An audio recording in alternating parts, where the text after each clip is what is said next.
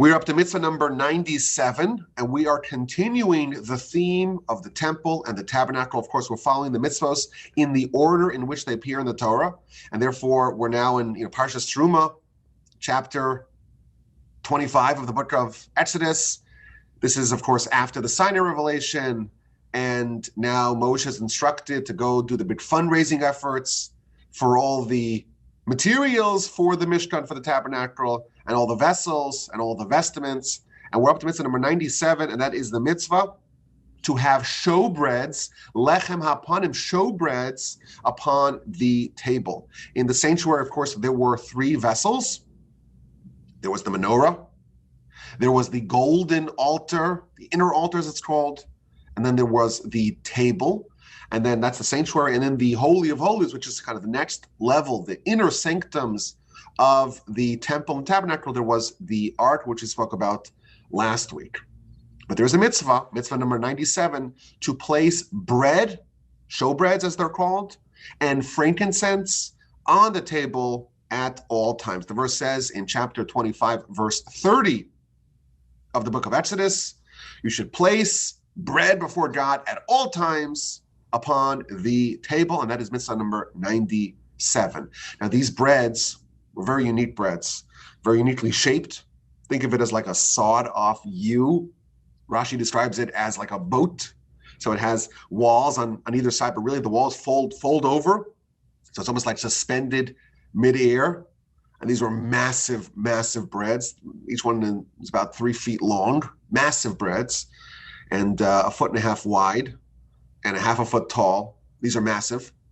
And there were 12 of them at all times on top of the table, the golden table in the sanctuary, where the Kohanim and only the Kohanim are able to walk.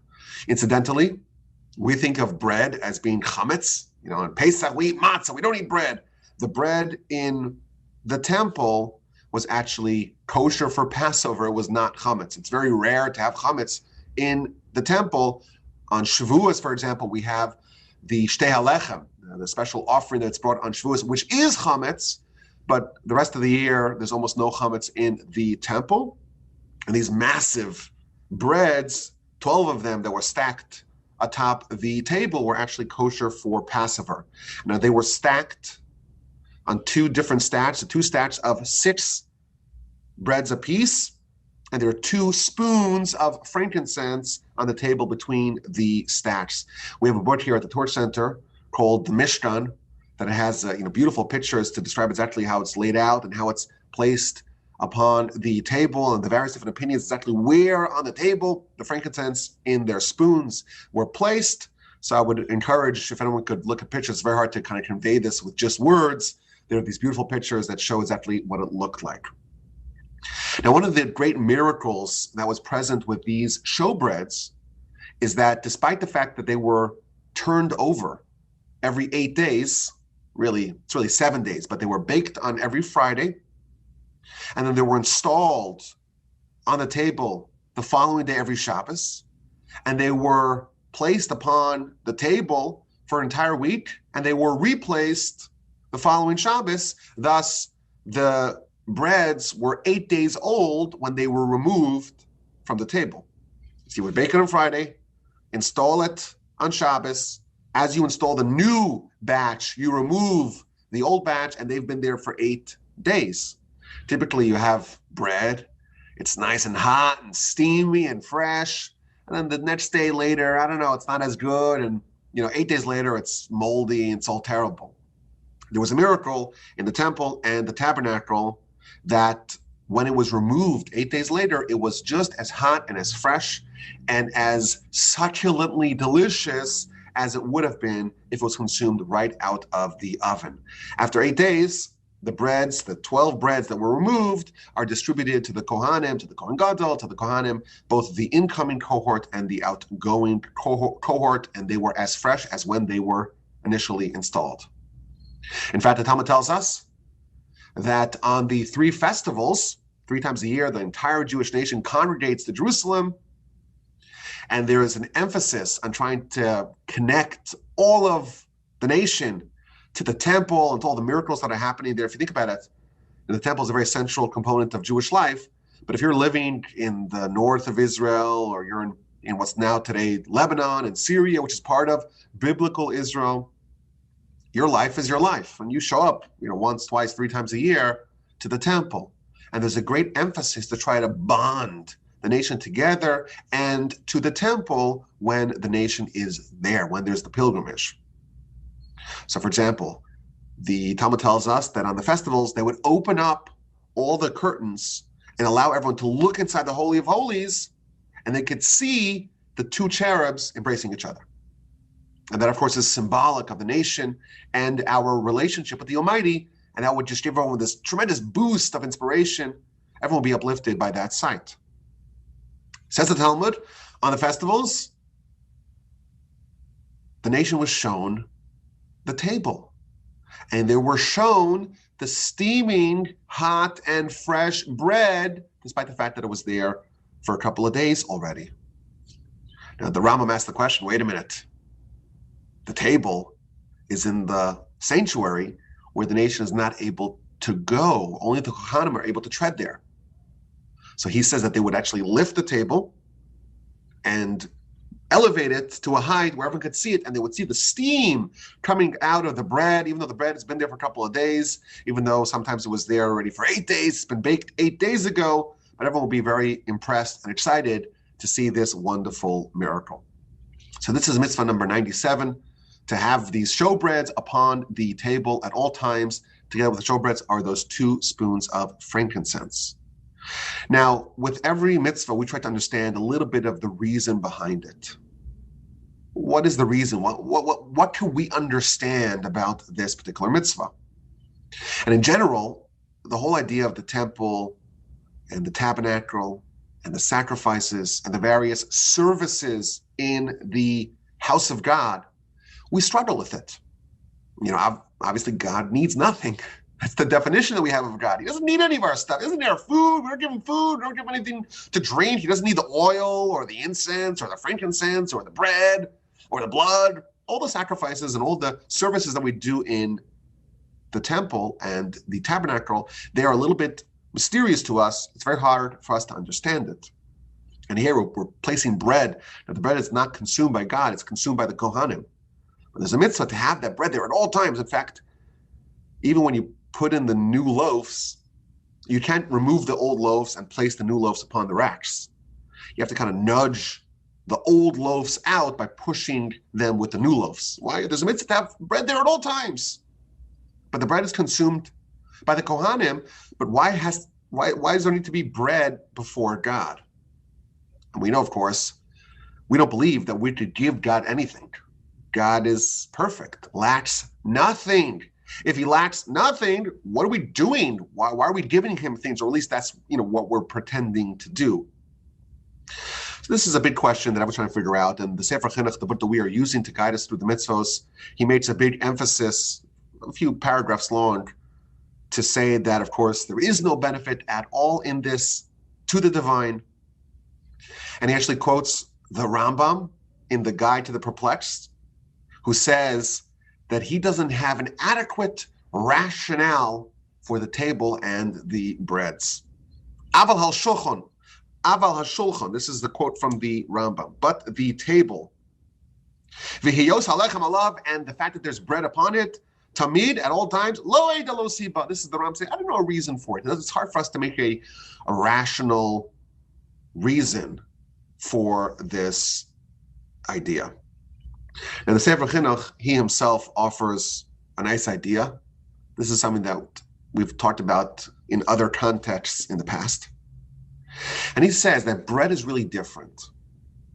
We talk about the bread and butter. There's something very basic about bread. It almost symbolizes sustenance. Bread is the most basic food that gives humanity continuity. Bread is the sustenance of man. And we need bread more than anything else. We need bread, water, that's just the basics. Food, shelter, water, that's what we need. That's the top of the bottom, I guess, of the hierarchy, of the Maslow's hierarchy. And therefore, because bread is really different than everything else, there is a need to have blessing in bread at all times. And he explains, if we do a mitzvah with something, it's a beautiful principle that he explains. Everything that you do a mitzvah with becomes a receptacle of divine blessing. Whatever you do a mitzvah with, that now coalesces within it divine blessing. And therefore, the Almighty wants us to have blessing in all of our bread. So he gives us a mitzvah that allows a foothold for divine blessing in bread. And once there is blessing in bread in this world, that can expand, so to speak, to all the breads in the entire world. And therefore, by us placing the showbreads before God in the temple, we're doing a mitzvah now. We're following the Almighty's instruction in bread, and now we have blessing in bread. And once there's a foothold in blessing in this bread, that can expand, land and expand to all the other breads in the world. And he has this amazing line where he says, whatever you use for a mitzvah is blessed. In anything that you do the will of Hashem, the will of God, bohu misbarach, in that you receive blessing. Whenever you direct your focus to a mitzvah, that becomes the receptacle of blessing. And I was always told, if you dedicate yourself to the children of others, to Hashem's children, then the Almighty will say, okay, I'm going to make blessing now in your children as well. There's this idea, something that you dedicate yourself towards, you become now the recipient of blessing in that particular arena. And therefore, the Almighty wants to give us blessing in our sustenance. There should be enough food, plentiful food for everyone. He gives us this mitzvah to do something in the temple and the tabernacle with bread. And now there is blessing found in bread worldwide. And he quotes the Talmud in the book of Rosh Hashanah on page 16a, which elaborates upon this idea. On the second day of Pesach, we bring the Omer offering. That was a grain offering. Says the Talmud, the Almighty, so to speak, says, you bring an offering with grain, I'm going to give you blessing in your grain. And then there is the water libations on the festival of Sukkot. The Almighty, so to speak, says, do a mitzvah, bring a sacrifice with water. And now the winter season where you need the water, I'm going to make sure that there's plenty of water. There's blessing found in the water. You need expiation. You need atonement. You need to have your merits invoked before God on the festival of repentance.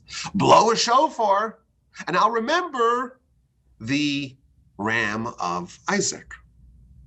Similarly, you do a mitzvah with bread. Now there is blessing found in bread. Now, the Sefer Chinuch points out there was another miracle that was present in the showbreads, and that is that after it was distributed to the Kohanim, so if you think about it, they're massive breads, but there's a lot of Kohanim. Even if you have 12 breads, first of all, the Kohen Gadol could take as much as he wants. He can have that could be his bread for the whole week. Puts on his peanut butter and jelly and makes his omelets with it. That's the Kohen Gadol. He has the first dibs for everything. But the halacha tells us, what the Talmud tells us, that if you were a Kohen, all you got was a small little bit. There was such blessing found in this bread. You could have a little olive's worth of bread, and that would fill you up. Why? Because this was special bread. It was replete with divine blessing. Now, in addition, as we mentioned, there is a requirement to have spoons of frankincense together with these breads. You have to have it all. You have to have those 2 stacks, 12 loaves, plus the 2 spoonfuls of frankincense, and it would be there from Shabbos to Shabbos, and it was distributed to the incoming and outgoing cohorts of Kohanim. Of course, with the Kohen Gadol was always there, and you would push the new breads onto the racks. There were racks stacked upon the table. You would push the old breads out with the new incoming breads in order to make sure that there's always bread upon the table to fulfill the mitzvah. There's always bread upon the table. Now, as we like to do here, this is the mitzvah, but we like to survey some of the stories and some of the other parts of the literature on this given mitzvah There's a very interesting story found in the Talmud, the book of Yoma, on page 38a, that relates to the showbreads. It tells us that there was one family. They were expert bakers. And as we mentioned earlier, the showbread, they were shaped in a very unique fashion. It was like a U with a hanging little awning, little mezzanine hanging over on one side. You try to bake your bread like that, it's going to topple over. It's going to crumble. It's really hard to make a bread shaped like a U, especially when it's so large. So there's one family that they were expert bakers, and they knew exactly how to shape it in a way that it wouldn't crumble. And they were hired as the official bakers of the temple because they knew how to do it. But they refused to share their secrets with anyone else. They didn't want to share their know-how. And the Talmud tells us that they were castigated. They were disgraced by the sages because they were very protective over their trade secrets, and they didn't want to share it with anyone. And the Talmud tells us that the sages were not happy with this. This is not the Jewish way. You have a secret, especially with something that relates to the temple. You got your secret sauce, but spread it to other people because other people also want to do this mitzvah. But they said, no, we're not telling anyone how to do it. So what did the sages do? They fired them. This is like, Reagan dealing with the air traffic controllers. You don't like it? You don't like the terms? Okay, you're out. But now they needed to hire new bakers. So they went to Alexandria in Egypt. All the best artisans and craftsmen of the world were centralized there. And they went to interview some of the expert bakers in Alexandria. And they knew how to bake it, the Talmud tells us, but they couldn't remove it. I mean, they'll place it upon the oven, and they could get it right on the oven, but once they tried to remove it from the oven, it would crumble. Talmud explains that there was a fire inside the oven, fire outside the oven. All these different techniques that they tried didn't quite work. Moreover, the bread of the Alexandrians, it didn't quite have the right consistency, and it became moldy over time. So now you have no choice. You tried to fire the family that has all the secrets. You tried to hire a replacement, and you failed. So what do? You go back to the original family. And they went back to the original family, and they said, okay, you win. You're welcome back. You're reinstated. You're hired. And they said, no, we're not coming back. They're like, no, we're not coming back. So they said, we'll double your salary. We'll double the amount of money we pay for it. Okay, you have my intention now. And they, in fact, capitulated, and they resumed their duties as the bakers of the temple. Now, the Talmud tells us the postscript of the story. The sages asked them, well, why are you so protective over your trade secrets? And they responded, because we have a tradition that the temple is not going to endure forever. It's going to be destroyed. And what's going to be when it is destroyed? And now our secret is out. Someone is going to use this secret and use it for an idol. Someone's going to take the secrets that we have for God and use it for a pagan deity. And therefore, we're not spreading it to anyone. And the Talmud ends with a nice compliment to this family, even though they were the experts. They knew exactly how to do it. And there was maybe a concern that maybe they were baking some extra special bread on the side for their family. They would do some surplus baking on the dime of the coffers of the temple in order to just have some food for their family. Says the Talmud, the one compliment that can be extended to this family is that none of the children of this family were ever found with clean, refined bread of fine flour. The flour that was used for the showbreads was completely refined and just wonderfully high quality, and no one in this family, none of their kids were ever walking around with a bagel of refined flour. Why? To remove all doubt or to remove any suspicion that they were using the temple funds to feed their family. Now, just as an aside, there is a very interesting Maharsha comment to this story.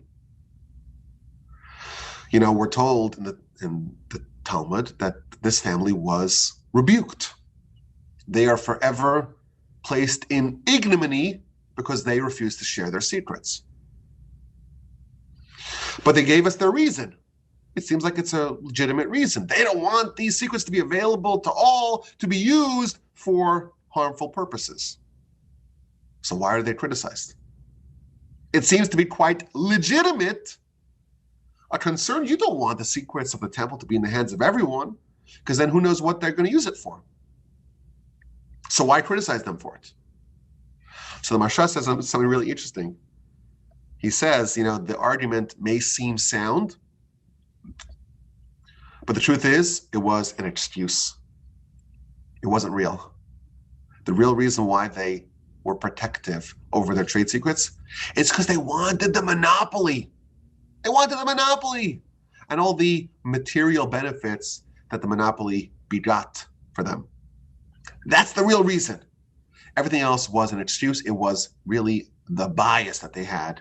And they just justified it by saying, oh, we don't want it to be in the hands of other people because maybe they'll use it for bad purposes. But truthfully, what was actually happening beneath the surface is a concern that their monopoly will be disrupted. To me, this Maharsha is like a Kabbalistic, not a Kabbalistic, a Musar idea. This is like the idea of Musar, that you have to really understand what's actually happening beneath the surface. Someone could think that they're so righteous, but if you actually dissect what's actually behind their biases, what's really at the root of why they're doing what they're doing, sometimes you find things that are actually quite problematic. They're actually vestiges of bad character that's just being masked and masqueraded as good character. You know, just one more thing about the Showbreads. We just had on the Parsha the episode of the Blasphemer, chapter 24 of Leviticus. And right before that, you have the second instance where the Showbreads are featured in the Torah. We're told about the Showbreads in chapter 24, Parshas Emor, in the book of Leviticus. And right afterwards, you have the episode of this blasphemer.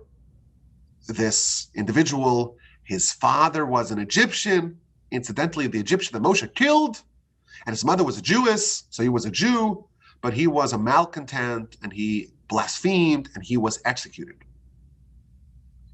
So Rashi gives us three interpretations, you know, why the verse says that he departed. The verse says, Vayetze, he departed. What did he depart from? So one of the opinions is that he departed from the most recent part of the Torah. The episode of the blasphemer comes immediately after the description of the Showbreads. And he was ridiculing the Showbreads. He's saying, why are you having this old and rusty and moldy bread? 8 days old. It's not befitting. You have to have fresh bread. And that was what he departed from. Rashi brings other opinions. He departed from the court because he was, given that his father was an Egyptian, he wasn't part of any of the tribes. And his mother was a Jewess, so he was halachically a Jew. And his mother was from the tribe of Dan, Shalomis Bas Divri, she was from the tribe of Dan. And he thought that he has the right to encamp in the tribe of Dan. And he came to pitch his tent in the tribe of Dan. And someone said to him, hey, buddy, what are you doing here? You're not a Danite. You're not from our tribe. You have to leave. And he says, well, mom's from the tribe of Dan. He says, yeah, great, but where's your dad from? And the lineage of the tribal system goes through the dad. And your dad is not a Danite, he's an Egyptian. You have no place here. So they went to court, and Moshe, in fact, ruled that because the tribal system follows the father, And this guy's father was not from the tribe of Dan. Therefore, he is not entitled to pitch his tent in the tribal lands of the tribe of Dan. And he was so disappointed and so dejected that he just blasphemed in anger, and he was executed for that crime. Now, incidentally, the verse proceeds by identifying this criminal's mother. She was Shalomis Bas Divri. Shalomis Bas Divri. And Rashi says that the word Shalomis from the word Shalom, which means hi or greetings.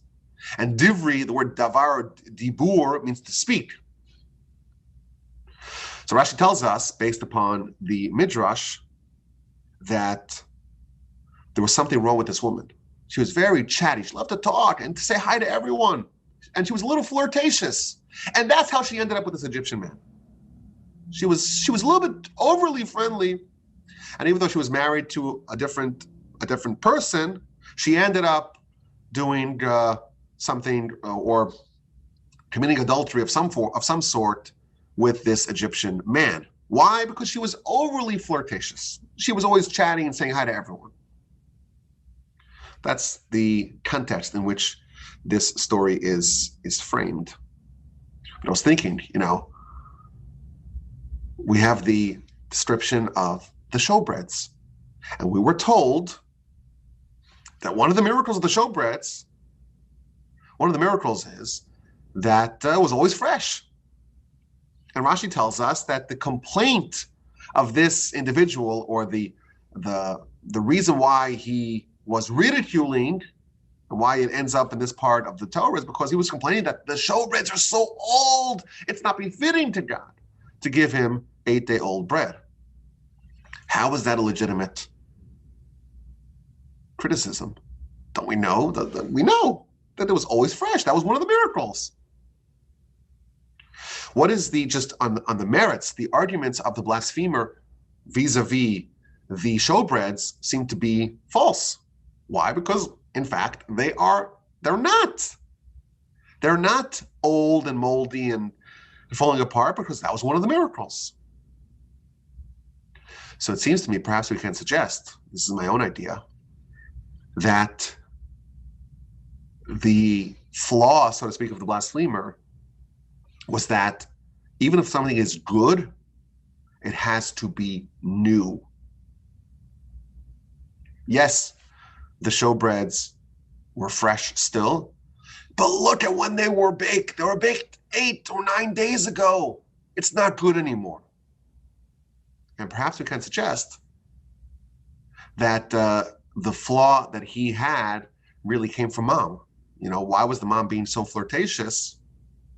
Why was she, she was a married woman. Why is she hanging out and frolicking with men that are not her husband? Maybe we can suggest that she had the same flaw. Yes, maybe things were good, but it wasn't new. And she was always looking for a new thrill. And maybe that's why she ended up in the place where she ended up. And that same flaw, perhaps, was perpetuated to her son. It's got to always be new. It's got to always be fresh. And even though it's good, so what? But it has to be brand new. And such a pursuit of newness and of novelty actually caused the downfall of both mom and son. I don't know. That's my speculation. That's my suggestion. But because we just read it in the Torah, I figured, and it's relevant to this mitzvah, it is something that perhaps I could suggest to y'all. You let me know if you agree with it. Of course, the email address is rabbiwolbe@gmail.com. But this is mitzvah number 97. In the temple, all the vessels, of course, have their purpose. And the table, one of the things that were done with the table was we placed these 12 showbreads from Shabbos to Shabbos. Afterwards, they were eaten by the Kohen. And that is mitzvah number 97, to place the showbreads with the levona, with the frankincense, upon the table at all times. Okay, who's ready for some questions? I'm ready. Let's go.